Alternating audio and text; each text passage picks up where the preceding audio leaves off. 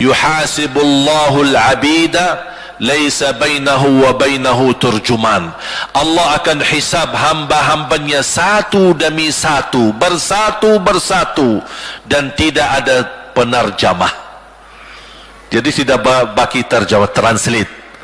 Ya Allah, saya tidak mengerti bahasa Arab, saya tidak mengerti bahasa, ya Allah, gimana ini, saya butuh translate atau benacara supaya bisa bantu saya lulus dari hukum.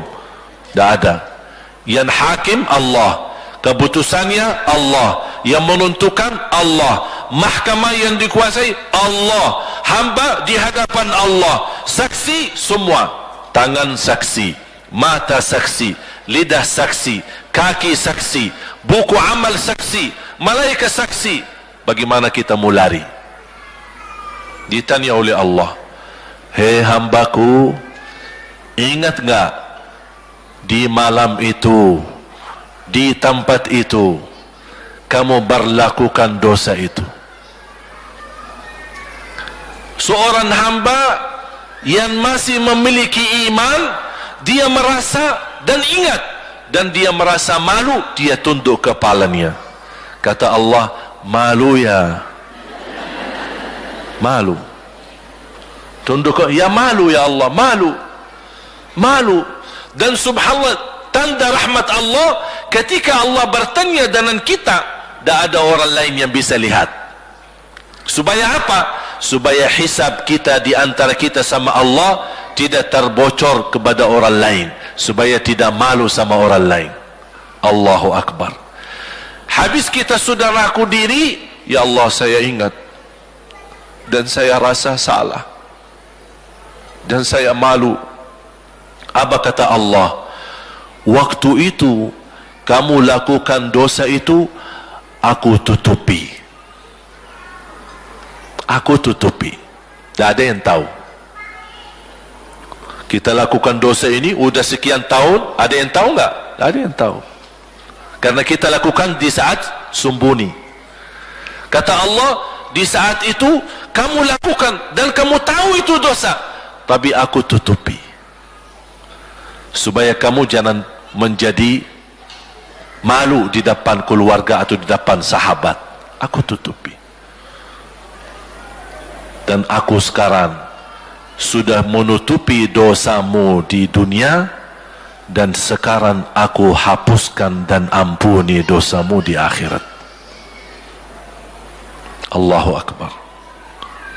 Disitulah terasa anugerah ampunan Allah yang maha kuasa. Dan Allah di saat itu mampu menghukum kita. Dan kalau Allah menghukum kita, Allah tidak pernah menzalimi kita. Justru itu keadilan Allah. Tapi Allah tidak memperlakukan keadilannya, justru yang mendahulukan ampunan dan kasih sayangnya. Habis selesai hisab, harus semua tanpa kecuali liwati neraka Jahannam di atas sirat. Sirat yang panjang, yang kejam seperti pedang, yang tipis sampai tidak bisa dilihat oleh mata. Katanya tipisnya seperti, subhanallah, imam bisa jalan di atas rambutnya. Kejam lagi. Masuk di atas sirat, terus jalan. Di saat itu ada doa yang ia melamatkan kita sampai menuju surga. Nabi Muhammad sallallahu alaihi wasallam, dia sudah duluan. Kalau Sayyidina Abu Bakar berjalanan di atas sirat disebutkan 100 tahun, tapi Sayyidina Abu Bakar satu langkah di atas sirat, langkah kedua di depan pintu surga. Dahsyat. Ini Sayyidina Abu Bakar seperti itu. Bagaimana Rasul? Rasul sudah menunggu di depan. Mulai manusia satu persatu jalan di atas sirat. Dan Rasul di saat itu sibuk berdoa, Allahumma sallim sallim, ya Allah selamatkan umatku, ummati ummati, ummati ummati, sampai mereka terselesai. Sampai di situ saja. Sebelum masuk surga ada berita gembira untuk umatnya Nabi Muhammad sallallahu alaihi wasallam. Tidak boleh ada yang masuk surga, harus berjumpa dengan beliau dulu, pertama muka, dan disediain minum yang disebut air Al-Kautsar, dan di situ banyak gelas. Tinggal kita ambil gelas dan minum. Begitu kita mau ambil gelas dan minum, datang Rasul, jangan kamu minum langsung dari tanganku sendiri. Barang siapa yang minum dari tanganku tidak akan haus selama-lamanya. Allahu Akbar. Di situ terasa kemuliaan. Begitu kebahagiaan kita bertemu dengan Nabi Muhammad dan bisa langsung minum dari tangan Nabi Muhammad sallallahu alaihi wasallam. Bukan hanya begitu saja, bahkan Nabi Muhammad memegang tangan kita, mengajak kita masuk 8 pintu surga. Ada 8 pintu. Rasul bersabda, 1 pintu luasnya seperti antara langit dan bumi. 1 pintu antara langit dan bumi luasnya. Dan kata Rasulullah, di saat itu akan manusia gesa-gesaan untuk masuk surga. Itu tanda apa? Banyak yang akan masuk. Mudah-mudahan kita terhitung dari yang banyak. Begitu ahli surga masuk, kira-kira Rasul berhenti? Ahli surga sudah masuk, sudah aman? Tidak. Rasul balik lagi, keluar dan menuju dari langkah sirat yang pertama, melihat ada enggak, ternyata ada di antara umatnya yang tersisa, yang dosanya terlalu banyak, gesa-gesaan di jalan, merangkak di jalan sampai jatuh di dalam neraka. Rasul mana mereka? Masuk ke neraka. Kata Allah subhanahu wa ta'ala, melihat keadaan Nabi Muhammad SAW, apa yang dibutuhkan lagi? Kata Rasul, ya Allah, saya tidak akan puas masuk surga sampai hamba-hambamu yang ada di neraka, umatku, diselamatkan. Allah subhanahu wa ta'ala mengizinkan Nabi Muhammad keluarkan dari neraka. Dia keluarkan. Sudah cukup ya Nabi Muhammad? Tidak cukup ya Allah, masih ada lagi. Diambil lagi, dikeluarkan, diambil lagi, dikeluarkan. Artinya dari umat Nabi Muhammad yang masih banyak dosanya, yang masih banyak kelewatannya sama Rasulullah, yang tidak pantas memberi kemuliaan kepada Rasulullah SAW, dapat pula syafaatnya Nabi Muhammad. Yang tidak pernah memberi tanda sayang dan cinta kepada Rasul, dapat rasa sayang dan cinta Nabi Muhammad SAW. Sampai kata malaikat Jibril, demi Allah saya melihat Nabi Muhammad mengambil manusia dari neraka Jahannam, diselamatkan dari siksa dan membawa mereka ke surga. Kata malaikat Jibril, sampai aku kira tidak ada lagi yang tersisa di neraka Jahannam, saking banyaknya yang dikeluarkan oleh Rasul. Itu syafaat Rasul sallallahu alaihi wasallam. Oleh karena itu jamaah sekalian, ini yang saya ceritakan. Saya mohon kalau anda lagi bersalawat, ingat itu semua. Nabi Muhammad bukan Nabi yang biasa. Nabi Muhammad adalah Nabi yang penolong kita nanti di hari kiamat. Seandainya kita masuk neraka Jahannam, masih ada harapan kita dapat syafaat Nabi Muhammad sallallahu.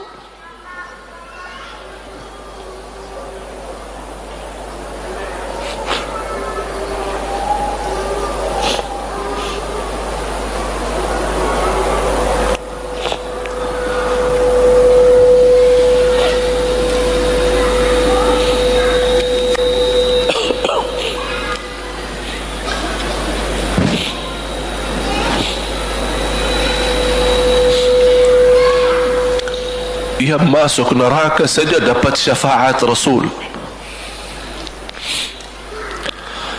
Jadi sejauh mana kita bisa mencintai beliau, sejauh mana kita minat mempelajari kehidupan beliau, sejauh mana kita mengenal sunnah-sunnah beliau. Di zaman ini, umat yang paling bodoh terhadap beliau kita, umat Islam. Kita umat Islam banyak hal yang tidak tahu tentang beliau, tidak tahu bagaimana perjuangan beliau, bagaimana doa beliau untuk kita, bagaimana kesedihan beliau kalau ada di antara kita yang kena musibah atau keburukan, apalagi masuk neraka. Siti Aisyah radhiyallahu anha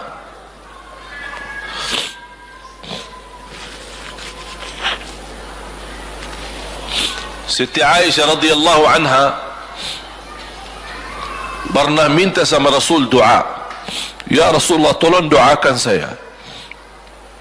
Rasul mendoakan, Allahumma ighfir li Aisyah ma taqaddama min dhanbiha wa ma ta'akhkhar, ma qaddamat wa ma akharat, wa ma asarrat wa ma a'lanat. Ya Allah, ampunilah dosa-dosa istriku Aisyah, dosa yang lama, dosa yang baru, dosa yang terang-terangan maupun dosa yang tersembunyi. Siti Aisyah menaminkan doa Nabi Muhammad dan menangis dan bangga dan senang. Saking senangnya, saking bahagianya, dia tertawa sambil Rasul melihat Siti Aisyah. Senang wahai Aisyah? Apakah kamu senang dengan doaku? Kata Siti Aisyah, bagaimanakah aku tidak senang? Aku justru merasa bahagia dengan doamu untukku ya Rasulullah. Apa kata Rasul? Ketahuilah wahai Aisyah, ketahuilah doaku yang baru ini untukmu, itulah selalu doaku untuk umatku di setiap salat. Itu doa Nabi kita buat kita. Setiap beliau salat mendoakan kita, ya Allah, ampuni dosa umatku, dosa yang lama, dosa yang baru, dosa yang sembunyi, dosa yang terang-terangan. Setiap salat itu doa Nabi kita, Nabi Muhammad SAW, untuk kita semua. Apa yang diminta oleh Rasul? Rasul tidak minta banyak dari kita. Salah satu yang diminta oleh Rasul dan memohon, satu itu berbanyak, itu satu-satunya yang Rasul minta banyak. Selain itu Rasul tidak pernah minta banyak. Satu-satunya Rasul minta banyak. Apa?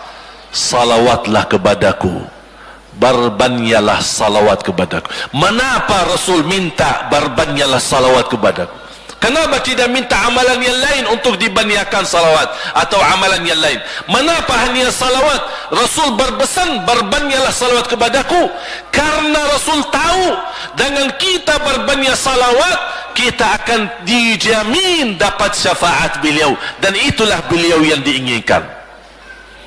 Bukan hanya dapat syafaat, bahkan Rasul sendiri bersabda, aqrabukum minni majlisan yaumal qiyamah, yang paling dekat kepadaku hari kiamat, yang paling banyak salawat kepadaku. Bahkan berita gembira bagi seorang hamba umat Nabi Muhammad SAW, akthiru alayya minas salati yaumal jumu'ati wa laylataha fa inna salatakum tablughuni haitsu kuntum. Ini keistimewaan khusus, kelebihan, amalan yang utama, bahkan yang terutama di hari Jumaat dan di malam Jumaat, fokus hanya bersalawat kepada Rasul. Mengapa? Karena Rasul yang berpesan, Rasul yang minta. Rasul berpesan, berbanyaklah salawat kepadaku malam Jumaat dan hari Jumaat. Mengapa ya Rasulullah khusus hari Jumaat dan malam Jumaat? Karena salawat kalian Allah sampaikan kepadaku. Kata guru saya, barang siapa yang ingin Rasul kenal dengan dia, berbanyaklah salawat kepada beliau, karena langsung nama kita akan sampai Ya Rasulullah, ini salawat bapa dan ibu dari Bandung. Kan sampai. Ada riwayat, ada malaikat khusus tugasnya setiap kita bersalawat dibawa kepada Rasulullah sallallahu alaihi wasallam. Allahu akbar. Bahkan ada orang bertanya kepada guru saya, Syekh Muhammad Ibn Muhammad Ibn Mukhtar Asy-Syanqiti, dan beliau masih hidup. Subhanallah, ketika di salah satu pertanyaan di majlis ta'lim di Masjid Nabawi, ada orang bertanya, mana yang lebih diutamakan di hari Jumat? Banyak baca Quran atau banyak salawat? Kita milih yang mana? Beliau menjawab dengan jelas, dengan tegas, di hari Jumat dan malam Jumat lebih utama banyak salawat daripada banyak baca Quran. Mengapa? Karena kata beliau, karena itulah permintaan Rasul sendiri. Berbanyaklah salawat kepadaku di hari Jumat dan di malam Jumat. Dan banyak riwayat yang lain. Kalau saya sebutin manfaat, keutamaan salawat kepada Rasul, lebih daripada 100 manfaat. Menghilangkan kesusahan, memberi kemudahan lunasi hutang, menyembuh penyakit, menjamin ampunan dosa, mendapat 10 rahmat, mendapatkan syafaat Rasul, posisi kita semakin mulia. Setiap kali kita salawat semakin naik darajat kita. Barang siapa yang salawat kepadaku 10 kali, dapat 10 kebaikan, dapat 10 rahmat, dihapus 10 kejahatan, dan naik 10 darajat, dan di akhirat dapat syafaatku. Luar biasa. Hadis yang terakhir, Ubay bin Ka'ab radhiyallahu an berkata, ya Rasulullah, aku suka berdoa karena salawat, arti salawat adalah doa. Arti salawat doa. Ya Rasulullah, aku suka berdoa, berapa dari doaku saya jadikan untukmu? Artinya berapa persen, ya? Kalau bahasa kita, berapa persen kira-kira? Kalau misal saya doa 10 menit, berapa menit untuk Rasul, dan yang sisanya buat aku? Contoh, aku kalau berdoa, ya Allah ampuni dosaku, ya Allah murahkan rezeki, sembuhkan penyakit, Allahumma salli ala Muhammad wa ala ali Muhammad. Berarti lebih banyak untuk diri kita, baru untuk Rasul. Sahabat itu, ya Rasulullah bertanya, ya Rasulullah, berapa bagian dalam doaku saya jadikan untukmu? Apa kata Rasul? Kata Rasulullah SAW, ma syi'ta wa in zitta fahuwa khairul lak. Ya terserahmu, mau doa bagaimana untukku, ya terserahmu, tapi semakin banyak untukku, semakin banyak manfaatnya untukmu. Apa kata sahabat? Ya Rasulullah, saya akan jadikan separuh doaku hanya salawat kepadamu. Artinya kalau saya doa 10 menit, 5 menit salawat dan 5 menit doa untuk diriku sendiri. Apa kata Rasulullah? Terserahmu, wa in zitta fahuwa khairul lak. Kalau kamu berani tambah, itu jauh lebih baik untukmu. Tawar menawar sama Rasulullah SAW, sampai di ujung hadis beliau berkata, ya Rasulullah, saya janji doaku semuanya untukmu. Artinya apa? Kalau dia angkat tangan berdoa, tidak satu pun minta buat dirinya. Bismillahirrahmanirrahim. Allahumma salli ala Muhammadin wa ala ali Muhammad. Allahumma salli ala Muhammadin wa ala ali Muhammad. Allahumma salli, sampai selesai. Tidak minta ampunan, tidak minta rezeki, tidak minta sehat, tidak minta keturunan, tidak minta apa-apa, hanya fokus dengan salawat. Karena dengan salawat, apa yang kita niatkan terkabul.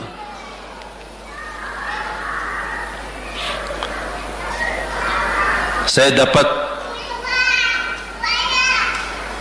dari guru saya, Nanti saya akan ceritakan bagaimana cara berdoa. Kata sahabat, ya Rasulullah, saya akan jadikan doaku hanya salawat kepadamu. Apa jawab Rasulullah SAW? Idzan taf'al yukfa hammuk wa yughfaru dhanbuk wa tuqda hajatuk. Kalau kamu lakukan hanya doamu, hanya salawat kepadaku, akan dihilangkan segala kesusahan, diampuni segala dosa, dan dikabulkan segala hajat. Kata ulama, apa yang diharapkan oleh manusia? Hidup di dunia tambah susah dan hidup di akhirat tambah dosa. Betul? Itulah kita dapat dengan salawat kepada Nabi Muhammad SAW. Berdoa, ketika anda berdoa, contohnya seperti ini. Setiap anda berdoa, biasa mulai dalam bismillah dan memuji Allah Subhanahu wa taala. Cukup satu kata memuji Allah dalam segala pujian, alhamdulillahirabbil alamin. Segala puji bagi Allah. Ini mewakili semua pujian yang lain. Asmaul husna, segala sifat agung, segala kemuliaan diwakili oleh satu kata, alhamdulillahirabbil alamin. Kata sederhana, kata tidak terlalu panjang, tapi maknanya sangat luas. Oleh kerana itu boleh diulangi berkali-kali. Alhamdulillahirabbil alamin, alhamdulillah, sampai benar-benar merasa di hati. Karena ini ucapan mewakili segala pujian yang kita ingin sampaikan kepada Allah. Karena ada pujian yang kita ingat, ada pujian kata-kata yang kita tidak hafal, dan alhamdulillahirabbil alamin mewakili segala pujian kepada Allah Subhanahu wa taala. Kemudian bersalawat. Allahumma salli ala Muhammadin wa ala ali Muhammad kama sallaita ala Ibrahim wa ala ali Ibrahim innaka Hamidum Majid. Silahkan doa, ya Allah, ampunilah dosaku. Allahumma salli ala Muhammadin wa ala ali Muhammad. Ya Allah, sembuhkan penyakitku. Allahumma salli ala Muhammadin wa ala ali Muhammad. Ya Allah, berikan kepada aku anak yang salih salihah. Allahumma salli ala Muhammad wa ala ali Muhammad. Jadi setiap langkah doa diawali dan diakhiri salawat. Faham? Subhanallah, wallahi dahsyat. Saya tidak bisa cerita apa lagi. Mau cerita apa lagi? Wallahi dahsyat. Saya tidak pernah istiqamah menamalkan doa seperti ini. Alhamdulillah, selalu terkabul. Bahkan nyata Allah kasih. Udah selesai. Wallahi jamaah sekalian, salawat kepada Nabi Muhammad bukan budaya, bukan kebiasaan, tapi amalan yang sangat manfaat buat keselamatan kita, kebahagiaan kita di dunia maupun di akhirat. Bahkan keselamatan buat anak kita, salawat kepada Nabi Muhammad SAW. Terakhir, sekali lagi, ketika anda bersalawat, apa yang saya cerita tadi tolong dihadirkan dalam fikiran. Siapa Nabi Muhammad itu? Nabi Muhammad penolong kita di hari kiamat. Nabi Muhammad yang membawa syafaat untuk kita. Nabi Muhammad yang menunggu kita di surga. Nabi Muhammad yang membela kita di saat kita berdiri di hadapan Allah. Nabi Muhammad yang akan membantu mendoakan kita saat jalan di atas sirat. Nabi Muhammad yang mendampingi kita nanti ketika kita minum dari air Al-Kautsar. Nabi Muhammad yang menemani kita masuk ke dalam surga. Nabi Muhammad yang tidak pernah lupa sama kita. Makanya ketika anda bersalawat dan membawa perasaan dan membawa penghayatan ini, InsyaAllah jemaah sekalian akan terasa, ya Allah, ternyata indahnya salawat kepada Rasul. Karena sudah kontak di hati. Apalagi kalau anda begitu salawat dan salam, Rasul jawab. Rasul jawab kita. Waalaikumsalam ibu. Tapi cuma kita tidak dengar. Dia dengar salawat kita, dia dengar salam kita, tapi kita tidak mendengar jawab beliau. Allahu Akbar. Wallahi kalau bisa kita rasakan, wallahi ibu bapa akan sendiri menangis tanpa merasa. Dan seisinya.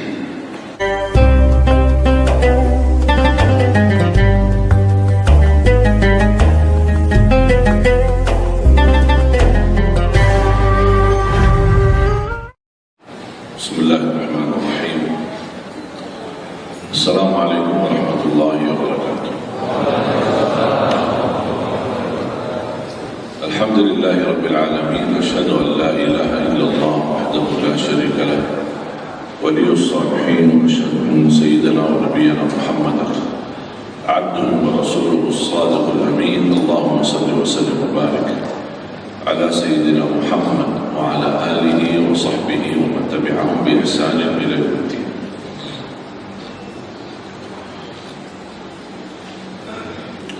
Para alim ulama, para asatiz, para kiai, para tuan guru, para hadirin kaum muslimin muslimat, mukminin mukminat, jamaah salat subuh, semoga senantiasa dimuliakan dan diberkahi Allah Subhanahu wa taala.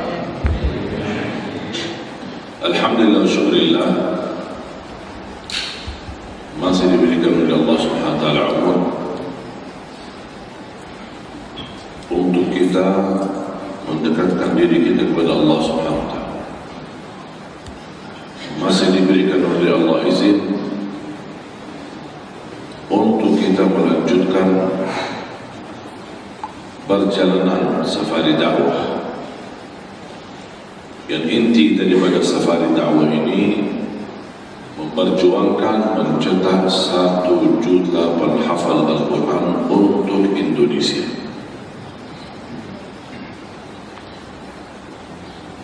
Dan alhamdulillah banyak karunia-karunia yang diberikan oleh Allah Subhanahu wa taala. Dan ternyata program 1 juta penghafal Al-Quran bukan milik Ali Jabir, tapi alhamdulillah menjadi milik kita bersama. Perjuangan kita bersama, amal saleh kita bersama, agar kita bersama-sama bergabung menjadi keluarga Ahlul Quran di dunia dan di akhirat. Kalau tidak ada kemuliaan sama sekali daripada Ahlul Quran kecuali mereka terpilih menjadi hamba terdekat dengan Allah, sudah cukup. Banyak kemuliaan dari Al-Quran, banyak sekali, tidak bisa dibatasi. Tapi kalau sama sekali tidak dapat kemuliaan dari Al-Quran kecuali satu terpilih menjadi keluarga Allah. Rasulullah SAW bersabda, Inna lillahi ahluna wa khassun. Allah memiliki ahlun, artinya keluarga, wa khassun, orang-orang yang khusus mendapatkan perhatian dan kemuliaan di sisi Allah. Sahabat tanya, Man hum ya Rasulullah, siapalah mereka ya Rasulullah? Rasulullah SAW menjawab, Ahlullah hum ahlul Quran wa khassatuh. Ahlullah adalah mereka ahlul Quran, dan wa khassatuh, orang yang spesial, sangat dekat sama Allah, memiliki kedudukan yang sangat tinggi. Bahkan Ahlul Quran mampu meraih derajat tertinggi di dalam surga Allah. Dan satu-satunya amalan yang disuruh kita amalkan di dalam surga, padahal surga tempat balasan, bukan tempat amal. Kalau dunia tempat amal, darul amal, wal jannah darul jaza. Jannah tempat balasan Allah atas apa yang kita kerjakan, dan kita berhasil meraih surga Allah SWT. Tetapi ada amalan yang disuruh amalkan di dalam surga. Kenapa disuruh amalkan itu? Karena terkait dengan posisi darajat kita di mana.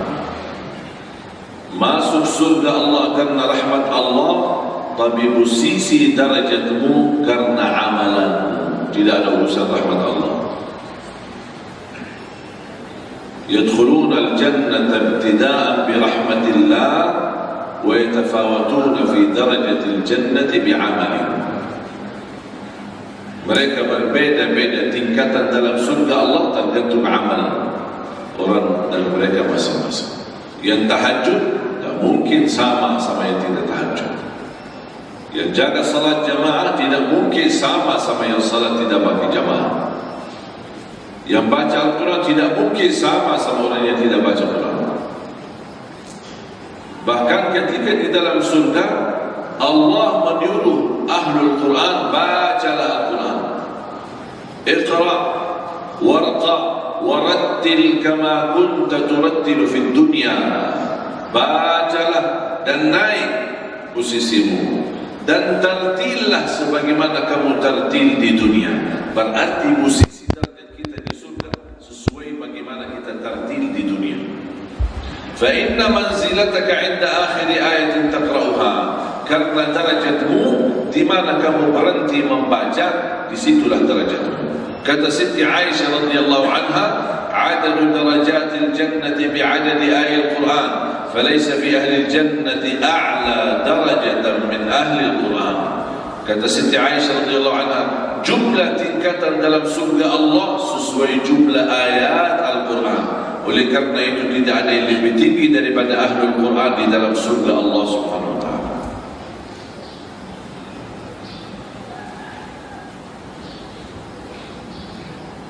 Al-Quran bukan sendiri mulia, tetapi membagikan dan menjaminkan kemuliaan. Sedih, sayang, rugi orang yang tahu kemuliaan Al-Quran tapi tidak memanfaatkan kemuliaan itu.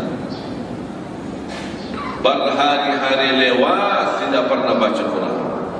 Berhari-hari lewat tidak mempandangi ayat suci Al-Quran. Berhari-hari lewat tidak simak mendengar kalamullah.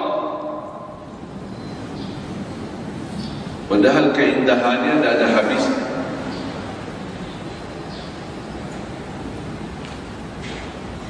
Apa yang saya rasakan dari keindahan dan kenikmatan Al-Quran, saya pernah berfikir, apa ya kalimat-kalimat. Saya ingin apa yang saya rasakan bisa dirasakan oleh jemaah Bapak ini. Saya berfikir, apa ya kalimat, gimana? Kadang-kadang apa yang kita rasakan tidak bisa diungkapkan. Habis saya berfikir, ketemu kalimat, mudah-mudahan bisa memberikan wawasan dan bisa meyakinkan bagaimana indahnya Al-Quran. Wallahi Al-Quran nikmat.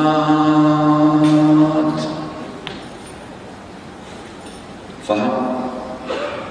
Tak ada kalimat yang lain yang saya bisa sampaikan. Wallahi nikmat. Keselamatan, kemuliaan, kebahagiaan, persungguhan, perlindungan, ketinggian darajat, husnul khatimah. Setiap satu huruf 10 kebaikan, diberikan perlindungan dari kejahatan, dari keburukan, dari godaan syaitan. Dan cukup sebagaimana kata ulama, barang siapa yang ingin mendengar Allah berbicara, baca Al-Quran. Barang siapa yang ingin mendengar Allah berbicara, baca Al-Quran. Itu kalamullah.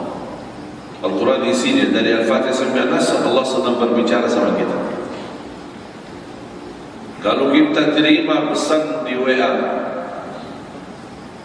dikirim dari grup sebelah atau dari grup mana, terus isinya berpesan dari seorang guru kita yang kita cintai, ulama, da'i, ada pesan nasihat, begitu kita terima di HP kita, kira-kira memperhatikan pesan itu atau diabaikan? Diperhatikan atau diabaikan? Dibaca dengan baik? Dibaca.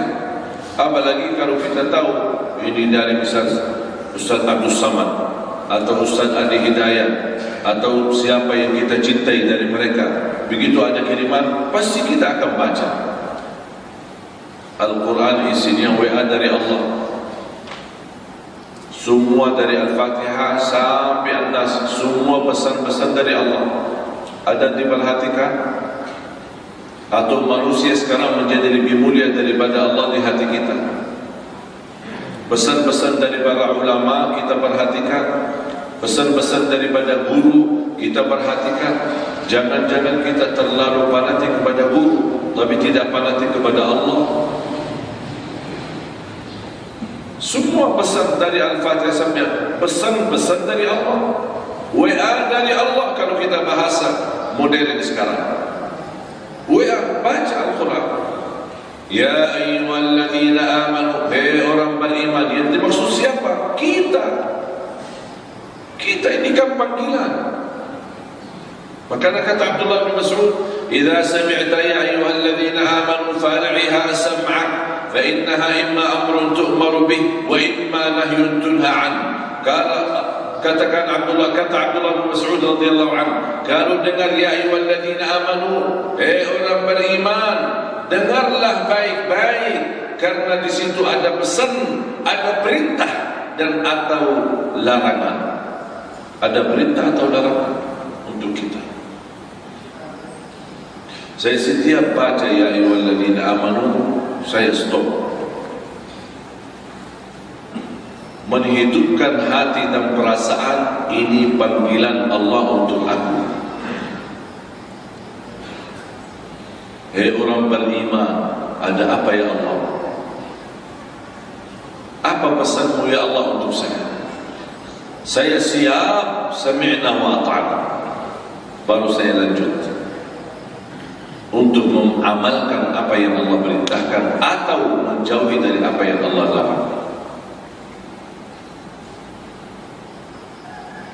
Inna Allah wa malaikatahu yusalluna 'alan nabi.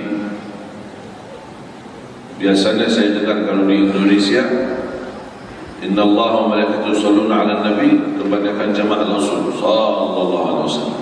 Allahumma shalli wa sallim alaihi. Padahal di sini belum ada perintah. Ini baru berita, bahkan berita gembira. Dan terhadap berita gembira, apa yang seharusnya kita bersikap? Alhamdulillah, Allah dan malaikatnya bersalawat terus-menerus tidak pernah terputus. Ini kan berita gembira, menunjukkan kemuliaan Nabi Muhammad. Sikap kita apa? Alhamdulillah. Ya ayyuhalladzina amanu, baru itu dengar, perhatikan, ini ada panggilan untukmu. Ya Allah, ada apa? Saya siap, sami'na wa ata'na. Apa perintahmu? Sallu alaihi wa sallimu taslima. Baru kita segera kita laksanakan. Sallallahu alaihi wasallam. Allahumma salli wa sallim wa barik alaihi.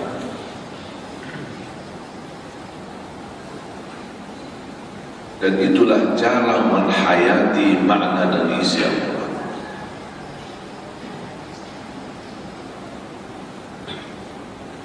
Kalau bisa sempatkan waktu, coba cari ayat yang diawali ya ayyuhalladzina amanu. Dan pilih mana saja, banyak di dalam Al-Quran, tinggal cari. Ya ayyuhalladzina amanu ittaqullah. Ya ayyuhalladzina amanu ista'inu bis-sabri was-salah. Ya ayyuhalladzina amanu uzkurullaha dzikran katsira. Coba cari kalimat ya ayyuhalladzina amanu untuk belajar. Ini panggilan untukmu, ini panggilan khusus untukmu. Yang dimaksud adalah diri kita, dirimu, bukan orang lain. Setiap kita baca ya ayyuhalladzina amanu, oh yang dimaksud saya, bukan orang lain. Wahai orang beriman, ada apa ya Allah? Siap melaksanakan perintahmu atau larangan, menjauhi dari larangan.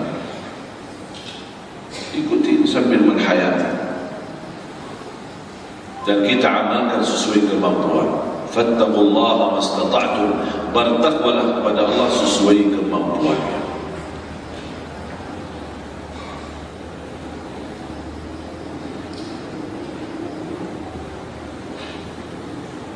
Berita gembira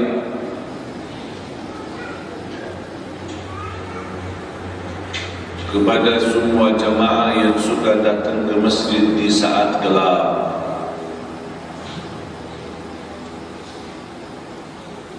Rasulullah sallallahu alaihi wasallam bersabda, "Basyirul masya'in fil dhulami ila al-masajid bin nuri tam yaumal qiyamah." Berilah berita gembira bagi orang-orang yang suka ke masjid di saat gelap, subuh gelap atau terang. Waktu tiba subuh, kondisinya gelap, dingin, enak tidur. Mau kita tinggalkan semuanya dan berlangkah ke masjid. Allah tidak akan sia-siakan itu. Sangat mulia posisi salat subuh. Sunnahnya saja yang tidak pernah Rasul tinggalkan, dalam kondisi sehat maupun sakit, dalam kondisi musafir maupun mukim, dalam posisi aman maupun perang.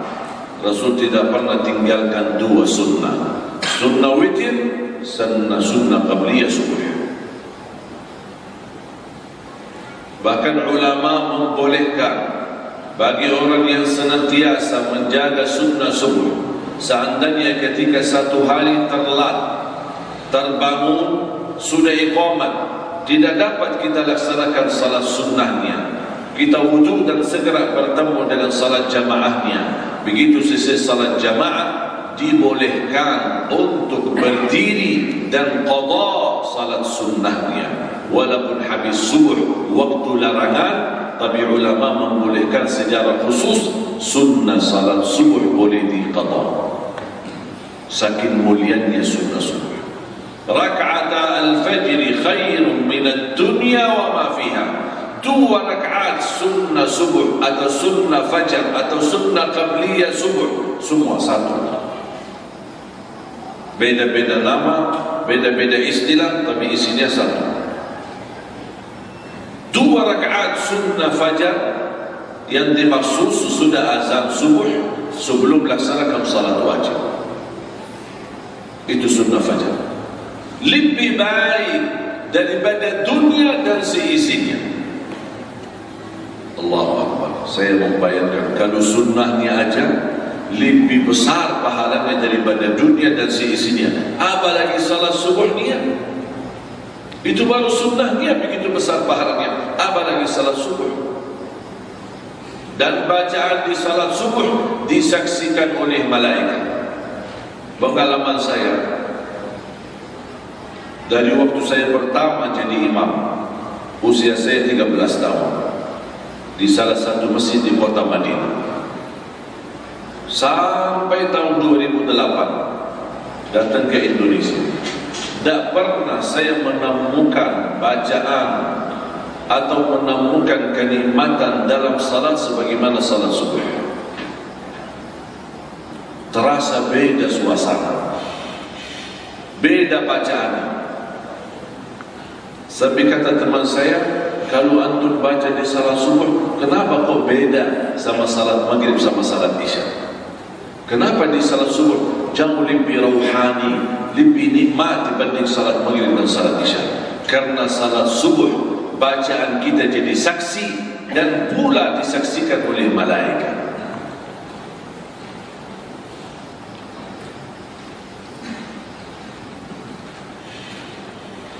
Man shalla al-fajr fi jama'atin faka'annama qama al-laila kullah. Barang siapa yang salat subuh berjamaah, dia mendapatkan nilai pahala seperti orang tahajud sepanjang malam.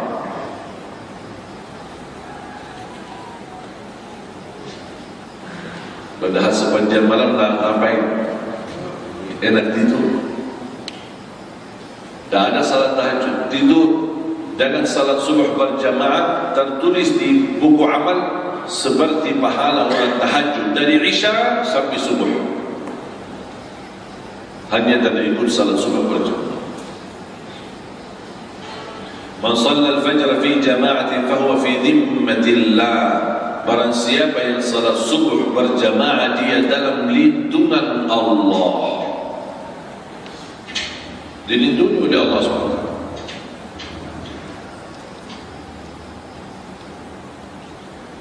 Dan kata melindungi, dilindungi oleh Allah bukan berarti tidak dapat takdir. Bisa dapat ujian, bisa dapat takdir, tapi karena berkat salat subuh Allah ringankan takdir daripada parah menjadi biasa atau kecil. Daripada dibunuh, ditusuk saja. Faham? Takdir.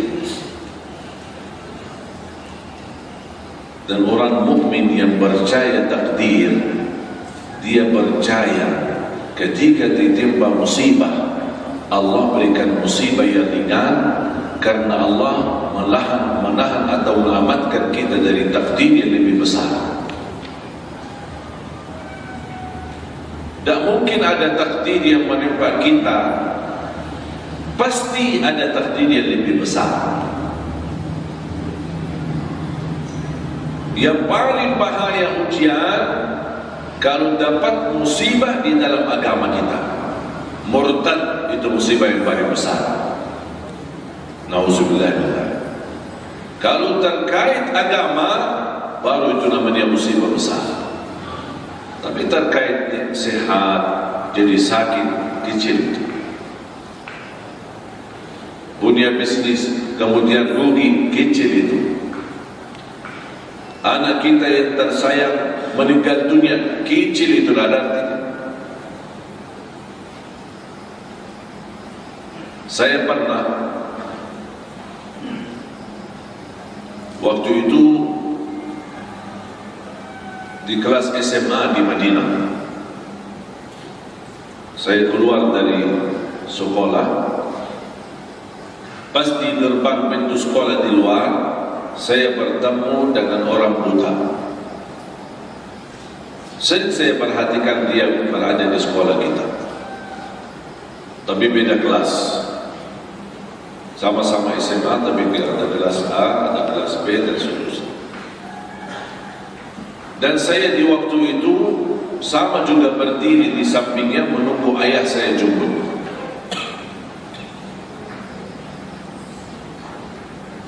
Dan subhanallah qadarullah, di hari itu ayah saya tidak datang jemput. Dan waktu itu belum ada HP, saya telepon ayah, sudah sampai mana? Kita tunggu. Sampai saya memperhatikan tunanetra yang ada di samping saya dan menambah penasaran. Oh, dia sendirian, tidak ada pendamping. Membuat saya mendampingi atau mendekati sambil berbicara. Kamu tunggu siapa? Lagi tunggu ayah. Ayahnya kepala sekolah, tapi beda sekolah. Mungkin ada rapat mendadak atau belum selesai kerjaan, makanya dia suruh tunggu. Dan belum ada waktu itu telepon atau HP yang bisa kita hubungi. Apa mau dijemput atau bagaimana? Akhirnya saya tawarkan, boleh saya antar? Ya boleh. Rumah antum dekat atau jauh? Dekat, seberang jalan. Ya udah, saya dampingi, tapi antum kasih tahu, tunjukkan jalan. Langsung dia ketawa. Saya bilang, kenapa kau ketawa? Masa orang buta yang tunjukkan jalan?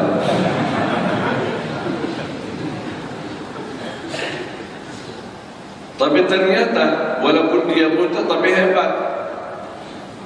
Sambil saya mendampingi, memegang tangannya, dia menyuruh saya kanan kiri lurus, hati-hati ada lubang, terus ini ada kanan. Masya Allah, hafal jalan sampai ke apartemennya. Pas begitu naik pelan-pelan, ada 3 tangga. naik, ada lift pencet ini, naik kanan. Dan dia sendiri tak mau, saya mau bantu, misalnya mau pencet lantai berapa di lift, dia sampai dia begini, dia yang pencet sendiri sampai ke depan rumahnya. Pasti di depan rumahnya dia sendiri yang bel rumahnya atau tekan, dibuka oleh ibunya. Ibunya dari belakang pintu sampai nangis, terima kasih, jazakallahu khairan anak saya, sampai saya kekhawatiran karena ayahnya tidak bisa jemput, bagaimana bisa dibawa anak saya ini. Alhamdulillah saya bersyukur untuk berkenan antar, sampai dia nangis, maksa-maksa untuk masuk rumah. Suaminya sedang dalam perjalanan mau sampai rumah. Terus itu Nanitra memegang tangan saya, kemudian mengajak saya masuk ke ruang tamu. Karena orang Arab di sana kalau berbicara sama orang laki-laki yang bukan muhrim dari belakang pintu, karena mereka kan pakai niqab. Begitu saya masuk, saya duduk, namanya Talib, si tunanetra itu. Kemudian tiba-tiba ada dua orang laki-laki masuk, anak-anak. Ada waktu itu, ada yang usianya 15 tahun, ada yang usianya 8 tahun. Saya tanpa sadar, begitu mereka masuk dan salaman, ketika saya salaman baru saya sadar dua-duanya tunanetra. Saya kaget. Ayahnya tidak tunanetra, normal, ibunya pun sama, tapi mereka berempat saudara, 3 laki dan 1 perempuan, semuanya tunanetra.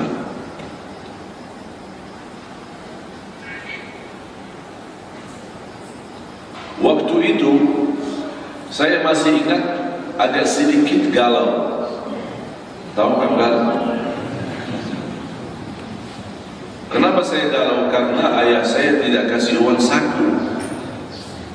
Pas saya pagi-pagi ke sekolah, biasanya kan ada uang saku buat beli roti nanti.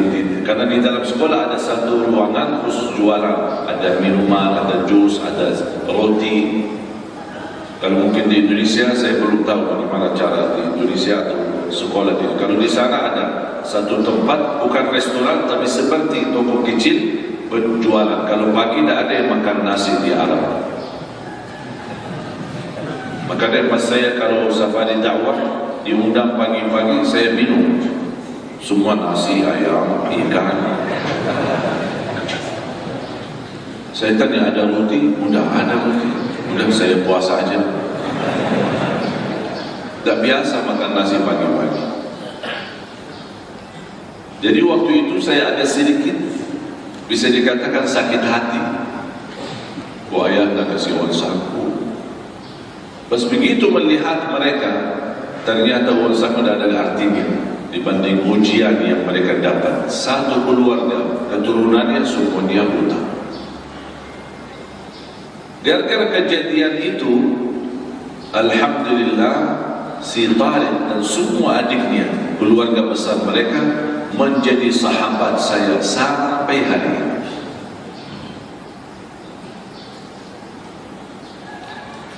Dan mereka subhanallah semuanya penghafal Al-Quran 30 juz. Pernah saya undang seorang tunanetra. Mungkin Bapak Ibu pernah nonton di acara Hafiz Indonesia tahun 2014. Saya pernah undang seorang anak. Waktu kita undang usianya 12 atau 13 tahun. Buta, kecil badannya. Namanya Syekh Jihad. Hafal Al-Quran dengan angka. Ayat bawah, ayat atas, angka berapa, asbabun nuzul, tafsir. Sampai pernah jihad ini ditanya,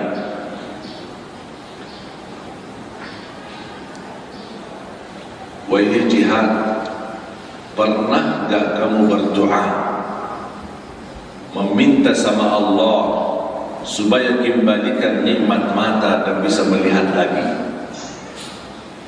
Apa jawaban beliau? Saya tidak pernah berdoa meminta itu. Saya tanya kenapa? Kata beliau, buat apa? Kalau saya nanti bisa lihat, malah justru nanti sering cuci mata. Daripada dosa mata, mendingan buta. Subhanallah. Makanya orang yang percaya takdir, apapun ujian yang dia hadapi, menjadi takdir itu ringan bagi dia, bukan berat, ringan. Ini dari mana takdir? Ini dari mana musibah? Dari Allah. Percayalah, Allah Maha Kasih Sayang, Allah Rahman, Allah Rahim, Allah Maha Adil, Allah Maha Baik. Tak mungkin datang satu ujian dari Allah untuk menyusahkan kita. Allah tidak suka menyusahkan hamba, Allah tidak suka membebani hamba. Tapi begitulah proses ujian untuk meningkatkan derajat kita dan mengampuni dosa-dosa kita. Percaya. Dan saya belajar, apapun ujian yang saya hadapi, selalu ucapkan Alhamdulillah. Kadang-kadang saya dengar dari pengumuman masjid, Inna lillahi wa inna ilaihi raji'un, Inna lillahi wa inna ilaihi raji'un, Inna lillahi wa inna ilaihi raji'un. Telah pulang ke rahmatullah fulan bin fulan, gitu kan? Mana ucapan Alhamdulillah? Kenapa di Indonesia setiap ada musibah langsung inna lillahi wa inna ilaihi raji'un? Lupa ucapkan Alhamdulillah. Apapun musibah yang kita hadapi, ucapkan Alhamdulillah dulu, baru inna lillahi wa inna ilaihi raji'un. Kenapa ucapkan Alhamdulillah? Karena kata Alhamdulillah menunjukkan diri kita masih berkenan, bersedia memuji Allah walaupun lagi menghadapi musibah. Kalau kita bisa ucapkan Alhamdulillah di saat susah, itu menunjukkan tanda kekuatannya dan ketenangan iman. Beda sama orang ketika dapat musibah, dapat berita ada orang wafat, saudaranya, anaknya, suaminya, istrinya, bapaknya, ibunya, langsung dia ngamuk, marah, protes. Ya, kenapa? Astagfirullah, aku ribut. Ini kan takdir. Kita harus belajar menerima takdir. Dengan kata Alhamdulillah, berarti kita setia berkata dalam ikhlas, ini darimu ya Allah, Alhamdulillah, Inna lillahi wa inna ilaihi raji'un. Allahumma ajirni fi musibati wa akhlif li khairan minha. Ya Allah, sempurnakan pahala bagiku terhadap musibah ini dan berilah yang pengganti yang lebih baik. Menjadi kebiasaan. Istri saya telepon, anak lagi sakit panas, demam. Alhamdulillah, Inna lillahi wa inna ilaihi raji'un. Tiba-tiba telepon, listrik mati di rumah. Alhamdulillah, Inna lillahi wa inna ilaihi raji'un.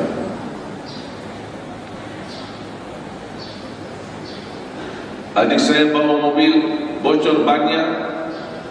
Harus mau dia telepon, tak bawa uang, ini bocor banyak. Alhamdulillah, Inna lillahi wa inna ilaihi raji'un. Terus saya, kalau bisa belajar ucapkan Alhamdulillah di saat susah, akan jauh lebih indah dan nikmat di saat senang. Tapi sayang sekali kita bisa ucapkan Alhamdulillah di saat senang, tapi nampaknya belum bisa ucapkan Alhamdulillah di saat ditimpa musibah. Keluar dari masjid, dicuri motornya. Mana motorku? Hilang. Alhamdulillah. Inna lillahi wa inna ilaihi. Kalau bisa ucapkan itu, istimewa itu. Istimewa. Beda sama orang pas keluar dari masjid, baru habis doa, habis zikir, habis istighfar, hilang motor. Aduh, siapa ini? Mudah-mudahan hancur dia, celaka dia, sampai 7 keturunan. Itu doanya luar biasa.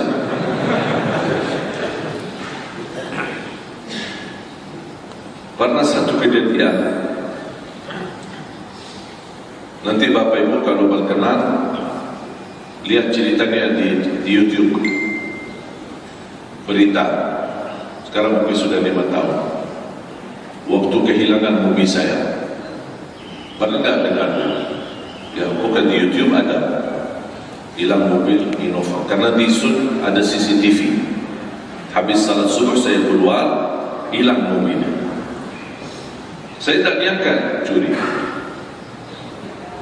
Nanti Bapak Ibu kalau berkenan buka di channel YouTube kami, channel Syekh Jabir.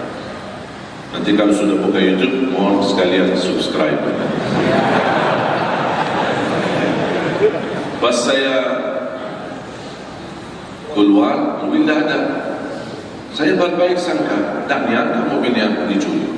Mungkin adik saya atau supir yayasan atau apa,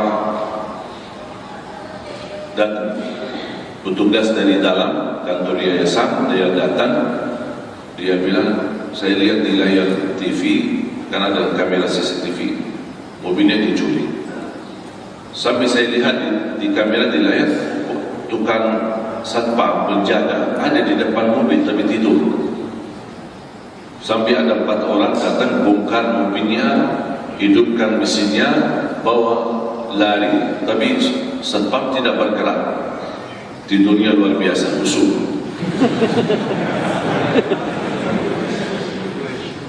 Begitu dia terbangun kaget, mobil tidak ada, dia datang minta maaf. Saya bilang, buat apa minta maaf? Ini kan takdir, kamu tidak ada urusan.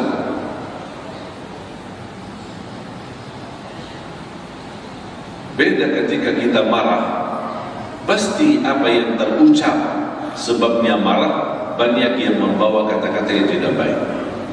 Ya, kamu ketiduran, tak faham, sampai mobilnya hilang, aku dipecat, pulang, tak usah kerja di sini. Itu kan namanya marah. Makanya kalau lagi marah, jangan ambil keputusan. Tunda keputusan nanti kalau sudah tenang. Di saat marah, jangan ambil keputusan, pasti bakal nyesal nanti. Saya sudah meyakinkan mobil itu sudah dicuri. Alhamdulillah. Inna lillahi wa inna ilaihi raji'un. Allahumma ajirni fi musibati wa khuluf li khairan minha. Ya Allah, sempurnakan pahala di hadapan musibah yang saya hadapi dan ganti yang lebih baik. Sampai saya berdoa sambil melihat 4 orang curi. Ya Allah, kalau yang mencuri mobil saya ternyata sedang susah, lagi galau, punya masalah keluarga, dan dia sangat-sangat membutuhkan. Ya Allah, jadikan mobil saya ikhlas, bermanfaat bagi dia dan keluarganya. Tapi ya Allah, seandainya maling ini dia tidak butuh mobil itu dan tidak dalam keadaan susah, tapi dia maling istiqomah. Ya Allah, jadikan pencurian ini yang terakhir dan bukakanlah pintu taubat dan ampunilah dosa. Itu doa saya. Beberapa hari kemudian saya dapat menerima telepon dari Metro Jaya, disampaikan ditahan, ditangkap orangnya. Dan sesuai laporan polisi, pencuri ini 4 orang dan mereka cukup banyak, hampir 10 orang, dan berhasil mencuri lebih dari 35 mobil Ternyata Malik istiqomah. Begitu selesai, saya berhadapan, ditanya sama polisi, mobilnya kemana? Kamu tahu ini kamu bisa Al-Jabir? Mobilnya di mana? Saya jual, Pak. Terus uangnya saya sedekahin. Kenapa kamu sedekahin? Begitu saya lihat di berita itu mobil Al-Jabir, saya tidak enak, malu saya pakai. Karena saya sedekahin. Subhanallah, Malik tapi saleh.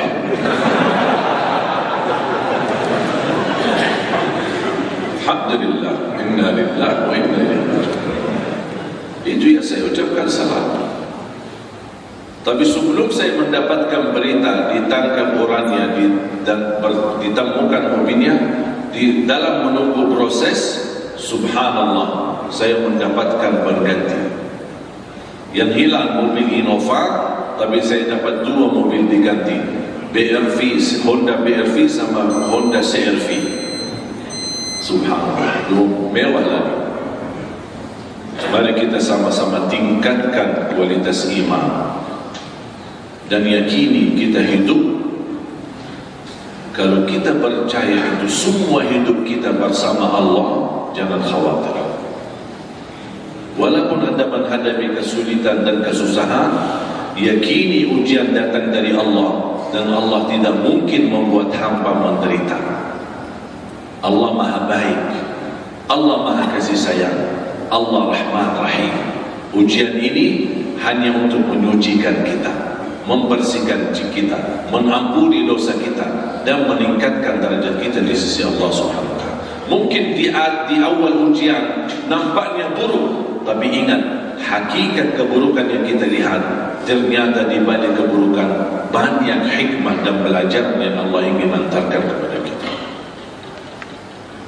Siap? Faham?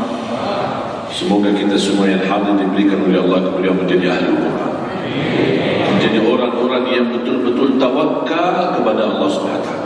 Apapun musibah yang kita hadapi, kita bisa tunduk dan bersyukur dalam keadaan apapun, dalam keadaan susah maupun dalam keadaan lemah, dalam keadaan senang maupun dalam keadaan sulit, dalam keadaan lancar maupun dalam keadaan mepet. Dalam keadaan apapun kita selalu mampu ucapkan Alhamdulillahirabbil alamin. Jemaah sekalian, sebelum saya tutup doa, saya serahkan kepada panitia. Mohon maaf, jangan kemana-mana dulu. Sesaat lagi kami kembali.